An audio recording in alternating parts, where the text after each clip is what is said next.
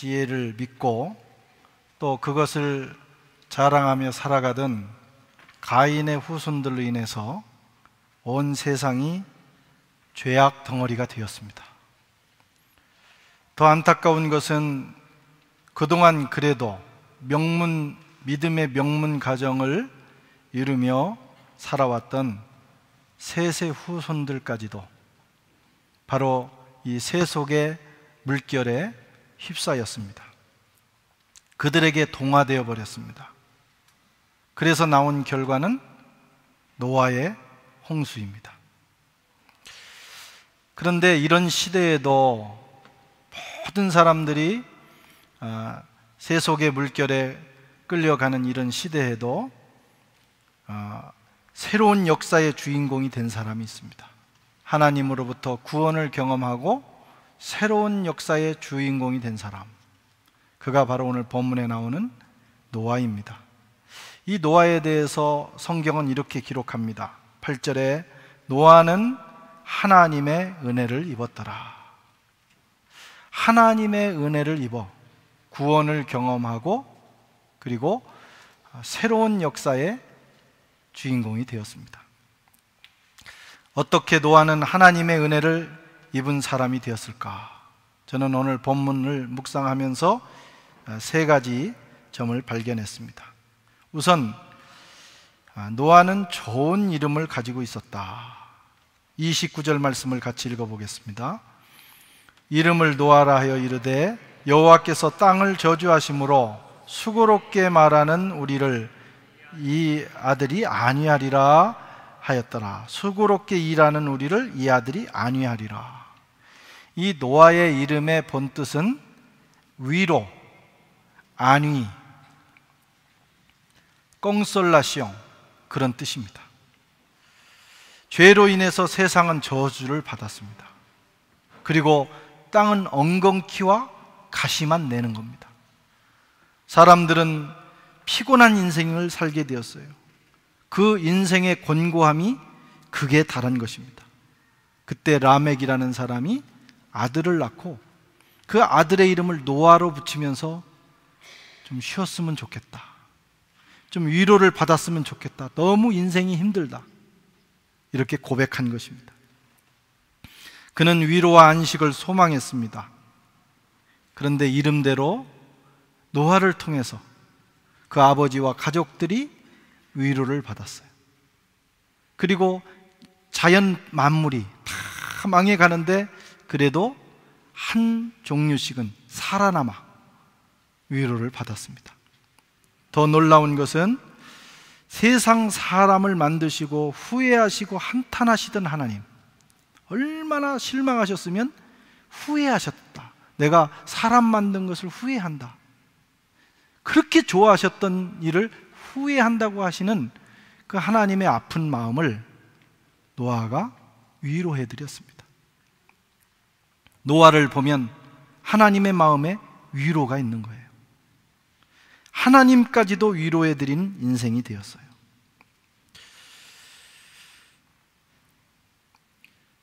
사람의 인생은 그 이름대로 되는 경향이 있습니다. 그래서 예로부터 이름을 잘 지으려고 해요. 동서양이 마찬가지입니다. 이름 짓는데 대단히 공을 들이죠. 실제로 성경을 보면 모든 인물들이 그 이름대로 되었어요. 아브라함 열국의 아비가 되었습니다. 사라 열국의 어미가 되었습니다. 이삭 부모의 웃음이 되었어요. 기쁨이 되었어요. 야곱 속이는 자, 다투는 자. 그는 자기의 인생의 상당 부분을 속이며 사기치며 살았어요. 그 이름대로 산 거예요. 나중에 그가 은혜를 받았을 때 약복강가에서 하나님으로부터 이스라엘로 바꿔라, 이스라엘이라는 이름을 받은 후에, 이스라엘은 공동체 이름입니다. 그동안은 자기 자신을 위해서 속이고 사기치고 빼앗고 그런 삶을 살았는데 이름이 이스라엘이 된 이후에 그는 공동체를 위해 사는 거예요. 인생이 바뀌어버린 거예요. 요셉은 더하심, 예수는 구원. 돌아보면 이름대로 산 경향이 있어요.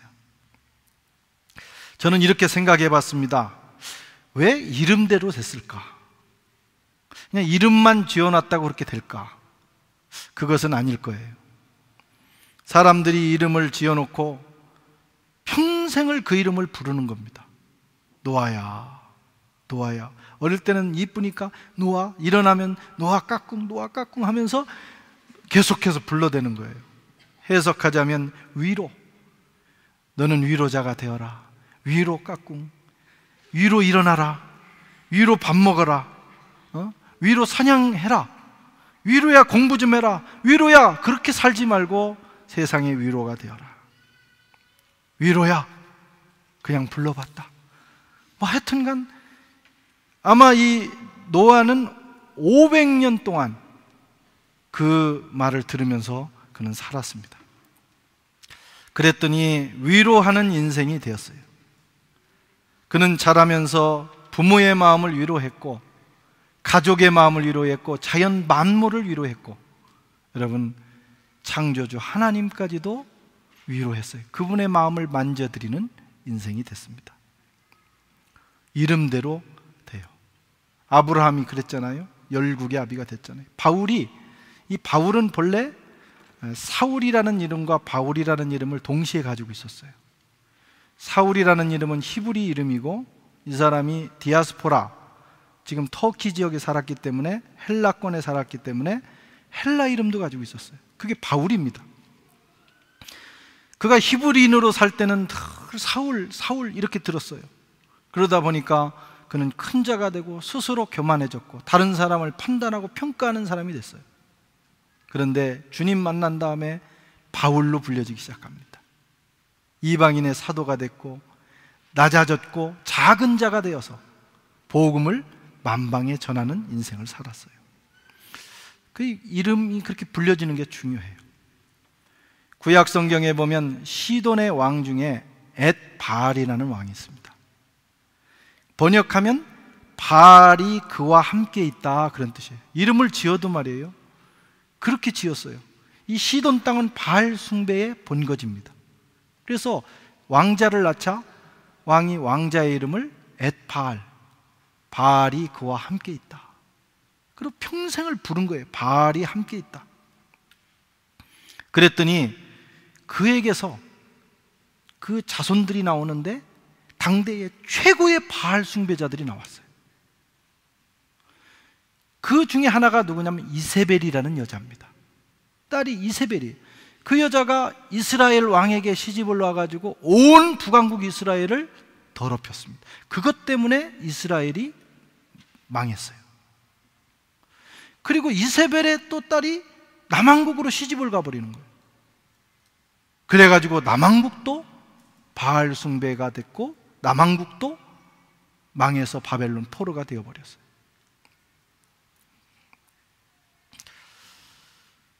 제가 이름이 중요하다고 말씀드리는 것은, 그러니까 오늘부터 이름을 개명해라, 이름을 바꿔라, 그런 얘기는 아닙니다. 되게 이름을 잘 지었을 거예요. 드리는 말씀은 입술의 권세에 대한 거예요. 우리가 의도를 가졌든 의도적이지 않든 우리 입술에서 나오는 말들이 한 인생과 가정과 역사와 공동체에 영향을 준다는 겁니다. 이 입술의 말이 권세가 있어요. 말로 살리기도 하고 말로 죽이기도 합니다. 말로 평생을 씻을 수 없는 상처, 막 그 심장을 휘벼 파기도 하고, 말 한마디로 그 상처를 위로하고 고치기도 합니다. 말은 공동체를 세우기도 하고 깨트리기도 하고, 여러분의 미래를 열기도 하고 닫아버리기도 합니다. 신앙생활 잘하는 비결은 말을 잘하는 거예요. 우리의 인생을 잘 사는 비결은 우선 말을 잘해야 돼요. 말을 잘하면 됩니다. 입술을 지키면 돼요. 말대로 되는 경향이 있어요. 하나님께서 들으시고 우리의 말을 만물이 듣고 그대로 이루어지는 거예요. 어떤 말을 해야 됩니까? 여러분, 긍정적인 말, 믿음의 말을 하십시오. 제가 우리 교회를 개척하고 초창기부터 상당 기간 이 연초가 되면 언어에 대한 설교를 많이 했어요. 말이 바뀌지 않으면 안 되는 걸 우리가 알기 때문이에요. 지금은 그렇게 자주 하지를 않습니다. 그 이유는 우리 교인들이 많이 훈련이 됐어요. 이 언어 생활을 잘하는, 우리 교회 교인들은 잘합니다. 젠틀하고 믿음의 말을 하고 긍정의 말을 해요. 근데 초창기는 그렇지는 않았어요. 아주 부정적인 말을 하는 분들도 있었어요. 말을 잘해야 됩니다. 어떤 사람은 입을 열면 부정적인 말이 본능적으로 튀어나옵니다. 그리고 뭐 이렇게 어떤 일을 계획해도 안 된다는 말을 먼저 해요. 그건 이래서 안 되고 그건 저래서 안 됩니다. 그리고 그 안 된다는 것을 설명하기 위해서 애를 씁니다. 차라리 안 되는 것을, 안 되는 이유를 설명하기 위해서 애쓰는 에너지로 되는 이유를 하나라도 찾으라 이거예요. 그리고 그것을 선언하고 움직이면 하나님이 도우시는 거예요. 우리는 전능자 하나님과 함께 가고 있지 않습니까? 그분이 도우시면 안 될 일이 어디 있겠어요? 그분의 뜻에 합하기만 하면 상황에 관계없이 하나님이 하신다 이거예요. 많은 사람들이 자기의 말을 통해서 자기 내면에 부정적인 프로그램을 자꾸 깝니다. 처음에는 그런 마음이 없다가도 장난으로라도 자꾸 부정적인 말을 하다 보면 프로그램이 깔려요, 내 안에. 그 다음부터는 내 입을 열기만 하면 그 프로그램이 돌아가서 자기도 모르게 부정적인 얘기만 나옵니다. 부정의 감정, 부정의 에너지가 자꾸 분출되는 거예요. 그러니까 망할 수밖에 없는 거예요. 안 되는 거예요. 말을 들어보면 그 사람의 미래가 보여요. 성도는 믿음의 말을 할 수 있어야 돼요. 성경 말씀은 다 믿음의 말입니다. 그 말씀을 내 마음에 담고 그 말씀을 할 때 말씀이 이루어져요. 말을 바꾸는 저와 여러분 되시기를 바랍니다. 새 학기가 시작이 됐는데 여러분 언어부터 바꾸고 시작을 하세요. 그래야 길이 열리는 거예요. 믿음의 프로그램을 마음에 깔으시기 바랍니다. 그래서 입을 열면 믿음, 소망, 사랑의 에너지가 흘러나와야 돼요. 그러면 그 에너지가 자신과 이웃에게 영향을 주고 환경에도 영향을 줍니다. 놀랍잖아요? 우리 입에서 나온 말들이 우리 주위에 영향을 준다는 거예요.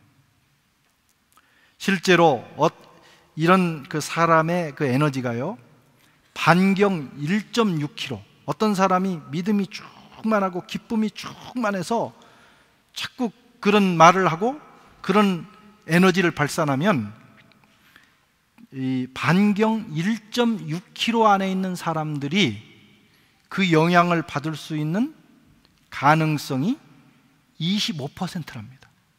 그건 제 얘기가 아니에요. 심리학자 니클러스 크리스타키스라는 사람과 제임스 파울러가 연구한 결과입니다. 여기에 은혜가 충만하고 믿음이 충만한 사람이 있어서 그걸 자꾸 선포하고 그런 에너지를 발산하면 반경 1.6km 안에 있는 사람들의 25%가 영향을 받는다. 얼마나 놀라운 일입니까?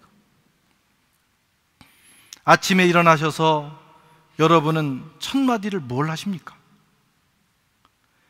아유, 재수 없이 오늘 골프도 치러 가야 되고 또 오늘 교회도 가야 되는데 뭘 재수 없이 이렇게 비가 오냐, 이렇게 말하는 사람이 혹시 없느냐 이거예요. 그렇게 말을 하면 하루 종일 재수 없는 일들이 생겨요. 재수 없이라고 선언했기 때문입니다. 비가 오면 참 비도 부슬부슬 잘 오는구나, 주님 감사합니다, 그렇게 찬양을 하십시오. 그러면 하루 종일 하나님의 은혜가 부슬부슬 보슬보슬 내리는 거예요.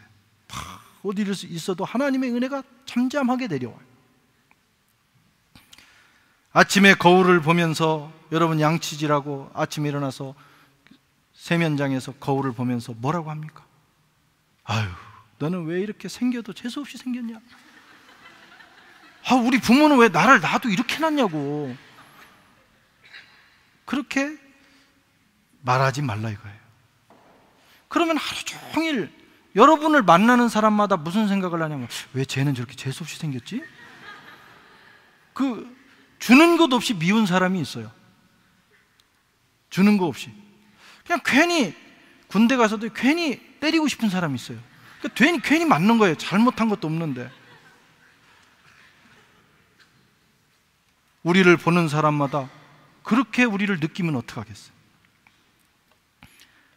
여러분, 사람이 조금 어떤 기준에 의해서 잘생길 수도 있고 못생길 수도 있고 키가 좀 클 수도 있고 작을 수도 있고 다 다양합니다.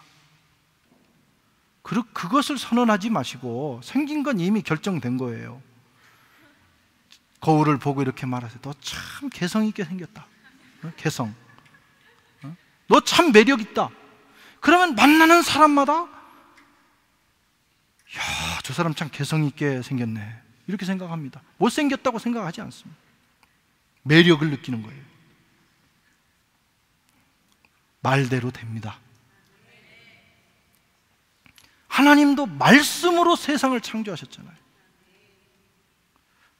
골리앗이, 다윗이 팍 소년이 달려오니까, 막대기 하나 들고 달려오니까 골리앗이 하는 말이, 야, 너는 나를 개로 아냐? 개로 알고 그 막대기 가지고 달려오냐?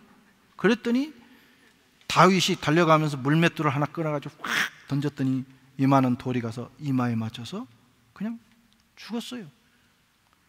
여러분, 장군이 말이에요, 칼로 막 이래 하다가 한 대 맞고 장렬하게 죽어야 그게 전사한 거지요. 그 2m 70대는 그 장수가 소년이 던진 돌에 맞아 죽으면요, 그게 죽은 게 아니고 뒤진 거예요. 그걸 조금 더 표현하자면 그게 개죽음인 거예요. 멋지게 죽어야 되는데 돌 하나에 그냥 죽어버린 거예요. 왜 그렇게 됐습니까? 말을 잘해야지. 네가 나를 개로 알고 그러냐? 그러니까 개처럼 죽는 거예요. 여러분, 그리스도인은 말을 잘해야 됩니다. 왜? 말에 권세가 있다는 사실을 알기 때문에 그런 거예요. 우리가 하는 한마디가요, 세상을 바꾸기도 합니다. 위로와 축복의 말을 하셔야 돼요. 매일 사람을 만날 때, 오늘 누구를 만난다, 홍대부가 있다 그러면 만나서 무슨 말을 할까? 어떤 축복과 위로의 말을 할까? 준비하고 나가셔야 돼요. 준비 안 되고 훈련이 안 돼서 나가니까 만나면 특별히 할 말이 없잖아요. 그럼 나도 모르게 재밌게 하기 위해서, 화제를 꺼내기 위해서 상대방의 어떤 문제를 지적하게 돼요. 오늘 어디 아파? 그런 사람이 있어요. 오늘 왜 이렇게 얼굴이 그렇게 혈색이 없어요? 그러면 혈색이 진짜 없다가도 더 없어져요. 상대방이 똑같은 말을 들어도요, 진짜 힘든데 너 왜 이렇게 힘드냐, 왜 이렇게 병색이 짙냐, 그러면 위로가 되는 게 아니고 더 힘들어져요. 그걸 잘 좀 말하는 그 방법을 개발해야 됩니다. 만나서 할 일 없으니까 머리를 어디서 잘랐어요? 무슨 머리 폭탄 맞았어요? 파마를 참 사자처럼 참 멋있네요. 참 이렇게 말하면 되는데 꼭 그렇게 말한단 말이에요. 할 말 없으니까 그런 거예요. 새 옷을 입었으면 참 감각이 있으시네요, 이렇게 한마디 하면 됐잖아요. 어디서 샀어요? 그거부터 묻는 거예요. 그러고 잘 안 어울리는데 왜 꼭 그런 색을, 이렇게 해가지고 마음 상하게 만드는 경우가 있어요. 그게 다 지혜입니다. 축복의 말, 위로의 말, 격려의 말, 이 사람 다시 한번 만나고 싶다, 그런 말을 할 수 있어야 합니다. 여러분들이 축복의 말, 위로의 말을 하면 받을 사람이 받을 자격이 있으면 거기에 임하고, 아니면 내게 돌아온다고 성경이 말씀합니다. 그러니까 하여튼 좋은 말을 하는 게 좋아요. 아멘. 여러분들이 누군가가 나를 자신을 향해서 어떤 말을 해줘야 내가 힘이 될까? 나는 솔직히 그래서 딱 지적하는 게 좋을까? 아니면 알지만 위로와 격려의 말을 먼저 하는 게 좋을까? 여러분, 위로와 격려의 말이 더 힘이 돼. 그래서 늘 그 무기 하나를 준비하고 나가는 게 좋습니다. 선한 말을 해야 합니다. 욕을 하지 말아야 돼요. 욕. 우리나라는 욕이 발달한 나라입니다.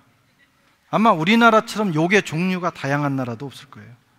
제가 어느 유튜브를 보니까 욕 특강도 있더라고. 어떤 분이 욕을 연구해가지고 한국의 욕의 역사를 쫙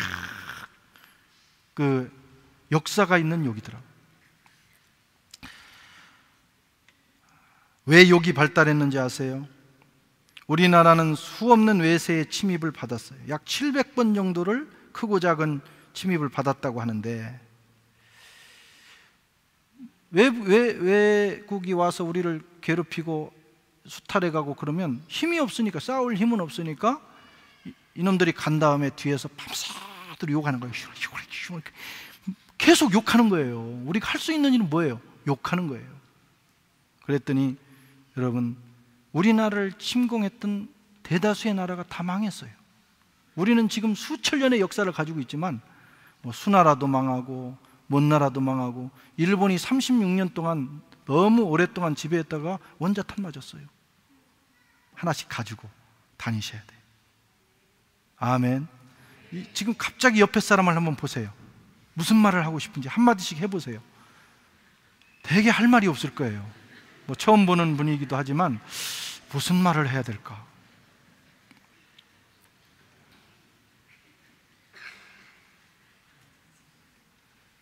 죽고 사는 것이 혀의 권세에 달렸나니 혀를 쓰기를 좋아하는 자는 혀의 열매를 맺느니라. 혀를 잘 쓰면 살기도 하고 살리기도 하고 죽기도 하고 죽이기도 하는 거예요. 노아의 이름, 저는 노아의 이름에 대해서 묵상하면서 그런 생각을 해봤어요. 말대로 됩니다. 금년 한 해 말을 잘 하십시다. 또 노아는 하나님과 동행하는 삶을 살았습니다. 9절 말씀을 같이 읽겠습니다. 이것이 노아의 족보니라. 노아는 의인이요 당대의 완전한 자라. 그는 하나님과 동행하였으며. 당신은 죄가 유행인 시대입니다. 죄 지어야 이게 현대 감각이 있는 시대예요. 그러니까 누구나 죄를 져야 돼. 네피림의 시대에 영적인 가치는 없어지고 온통 자신의 육신을 위해서만 삽니다. 무엇을 먹을까? 무엇을 마실까? 무엇을 입을까? 이것만 생각하는 거예요. 어떻게 즐길까? 오늘날도 마찬가지 아닙니까? 우리가 만나면 맨날 하는 얘기가 뭡니까? 선교하자, 이 땅을 변화시키자, 하나님 나라를 위해서, 이런 거 안 하고 구역에 모여가지고 말씀은 조금 나누고 기도 조금 하고 먹는 얘기 하는 거예요. 그리고 먹을 계획하고. 그렇지 않습니까? 자녀 얘기하고 결혼 얘기하고 그런 얘기밖에 없다. 네피림의 시대의 특징입니다. 그것도 중요하지만 더 귀한 가치를 추구할 줄 알아야 돼요. 이런 시대에 하나님의 뜻대로 산다는 건 대단히 피곤한 일입니다. 시대를 역류해야 되기 때문에 그래요. 바보 취급받고 비웃고 조롱받습니다. 지금이 그런 시대예요. 특별히 이 유럽 땅은 그런 땅입니다. 이미 기독교가 한번 지나간 곳이에요. 다 한 번씩 경험해 봤어요. 그러니까 우리 한국 사람들 와서 열심히 예수 믿으면 쟤네들 뭐하냐 말이에요. 우리는 다 옛날에 해본 건데 웃긴다 그렇게 생각하는 거예요. 남들이 웃긴다고 하는 일을 하기가 얼마나 어려운지 몰라요. 이 불란서 땅은 계몽주의 이후에 무신론이 창궐한 땅입니다. 이 땅에서 크리스찬으로 살아가기가 쉽지 않습니다. 내가 무신론자라고 하는 건 자랑스럽게 얘기할 수 있지만 내가 예수쟁이라고 하는 것을 자랑스럽게 말하기가 어려운 땅입니다. 예수님 얘기, 신앙 얘기, 교회 얘기하면 이상한 취급받습니다. 매주일 교회 나간다고 하면 정말 이상하게 봅니다. 예수를 믿어도 그렇게 믿지 말라는 거죠. 거기다가 수요 예배 나간다? 구역까지 나가고 성경 공부하고 청년부 나간다 그러면 또라이라고 생각해요.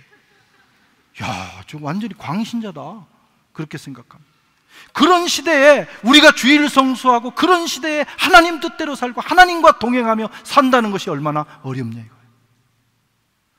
우리가 그런 시대를 사는 것처럼 노아도 그런 시대를 살았어요. 고독했습니다. 힘들었습니다. 그러나 그는 끝까지 그 길을 걸어갔어요. 짧은 시간이 아니었습니다. 500년을 걸어갔습니다.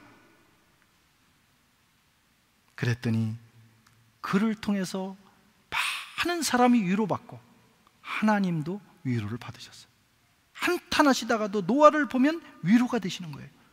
야, 너 때문에 그래도 내가.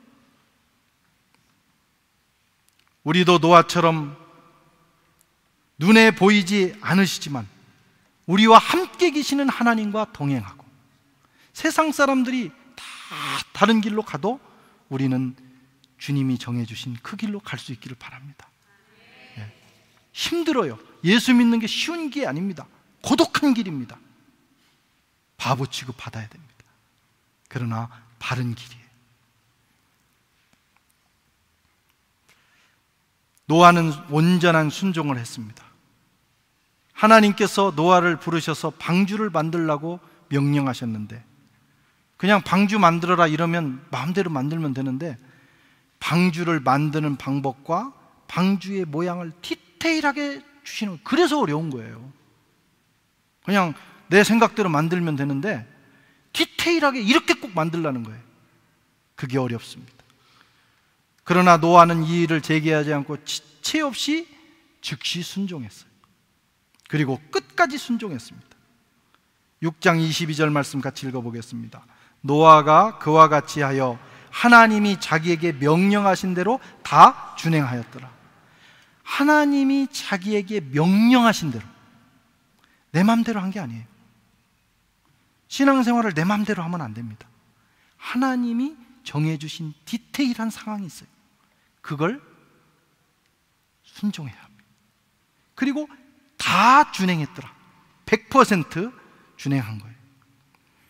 여러분, 이 한마디를 이루기 위해서 얼마나 어려웠는지를 생각해 봐야 됩니다.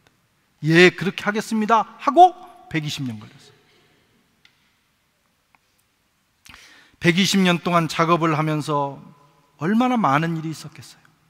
사람들이 조롱합니다. 노아 저 양반 혼자 잘난 척하고 하나님 혼자 잘 믿는 척 하더니 어쩌고 하더니 영 돌아버렸네. 지나갈 때마다 조롱합니다. 가족들이 회의를 열었어요. 아버지 혹시 그거 잘못 들은 거 아닙니까? 다시 한번 검증해 봅시다. 부인이 영감 이제 너무 많이 드셨어. 다시 한번 생각해 봐요. 무슨 지금 50년 100년 동안 비가 안 오는데 지금 수백 년 동안 그런 일이 없었는데 무슨 비가 온다고 그거 그렇게 하세요. 다시 한번 재고해 봅시다. 노아도 그런 생각이 했을 거예요. 혹시 내가 잘못 들은 거 아닌가? 지금까지 경험으로 그런 일이 없는데, 비가 온 적이 없는데 그렇게. 여러분, 그것을 이겨야 끝까지 순종할 수 있어요. 마귀는 계속해서 의심의 바이러스를 보냅니다. 그래서 순종하기가 어려운 거예요. 잘 나가다가 막 바이러스가 들어와요. 그래서 안티바이러스를 깔아야 돼요. 막아야 됩니다. 그리고 너무 많이 오염되어 있으면 또 부흥회나 기도원 같은 데 가고 금식해가지고 다시 깔아야 돼요. 지우고. 그리고 다시 한번 하나님 앞에 결단하고. 그렇게 해야 순도 높은 순종을 하게 돼요. 여러분, 하나님의 역사는 하나님이 정해주신 대로 100% 순종할 때 역사가 일어납니다.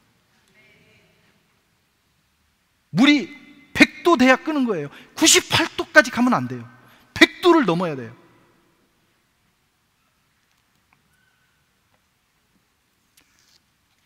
노아가 120년 만에 다 완성하고 가족들과 함께 들어갔는데 문 닫자마자 비가 오면 얼마나 좋겠어요. 일주일 동안 비가 안 오는 거예요. 그러니 이제 또 난리가 났을 거예요. 야, 이거 이제 다시는 이제 문 열고 못 나가겠다. 이 비가 안 오고 그냥 어떻게 문 열고 나갑니까? 별 걱정을 다 했을 거예요. 그러나 때가 참에 하나님의 말씀대로 비가 내리기 시작했어요. 끝까지 순종했습니다. 끝까지 말씀을 붙들었어요. 그랬더니 그의 순종을 통해서, 여러분, 그 어려운 순종을 통해서 역사를 이어가는, 새 역사를 시작하는 일이 벌어진 것입니다. 신앙은 하나님의 말씀에 순종하는 것입니다. 하나님이 정해 주신 대로, 그 이해가 되지 않지만, 내 마음에 맞지 않지만 그대로 해보는 거예요. 그래서 성경 공부를 하셔야 돼요. 그래서 제자 훈련 하셔야 되고요, 계속 교회에 있는 프로그램에 들어가서 배우셔야 돼요. 왜? 잘못하면 안 되니까.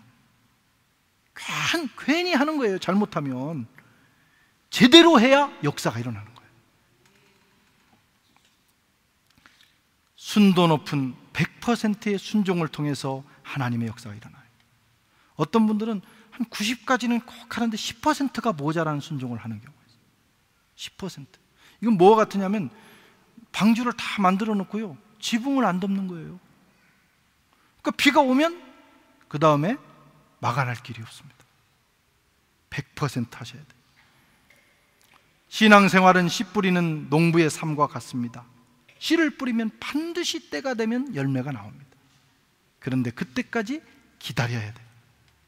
도중에 뒤집지 마십시오. 뿌려놓고 주님의 때가 될 때까지 기다리면 되는 거예요. 근데 그 기다리지 못하도록 마귀가 역사하는 거예요. 우리가 새 학기를 시작하잖아요. 또 여러분들 사업, 직장 새로운 마음으로 시작하실 거 아니에요.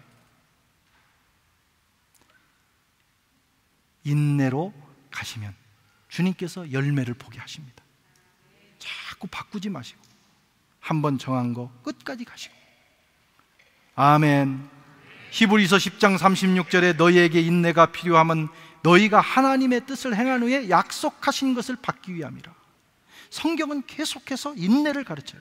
요즘은 책들을 보면 그렇지 않습니다. 한 우물을 파는 사람을 바보 취급합니다. 끝까지 인내하고 가는 것을 우둔하게 생각합니다. 그 현대적이지 않다고 보는 거예요. 물론 그런 면도 있어요. 길이 아니면 바꿔야죠. 그러나 내가 길을 바로 선택했을 때는 끝까지 가야 돼. 진리를 선택했으면 무슨 일이 있어도, 목에 칼이 들어와도 가는 겁니다. 그러면 반드시 하나님의 역사를 보게 됩니다. 좋은 일일수록 하루아침에 이루어지지 않습니다. 신앙의 열매는 길고 긴 기다림과 인내가 필요합니다. 때가 참에 주님도 오셨습니다. 때가 차야 됩니다. 그때까지는 낙심하지 말고 기다려야 합니다. 우리가 선을 행하되 낙심하지 말지니 포기하지 아니하면 때가 이름에 거두리라.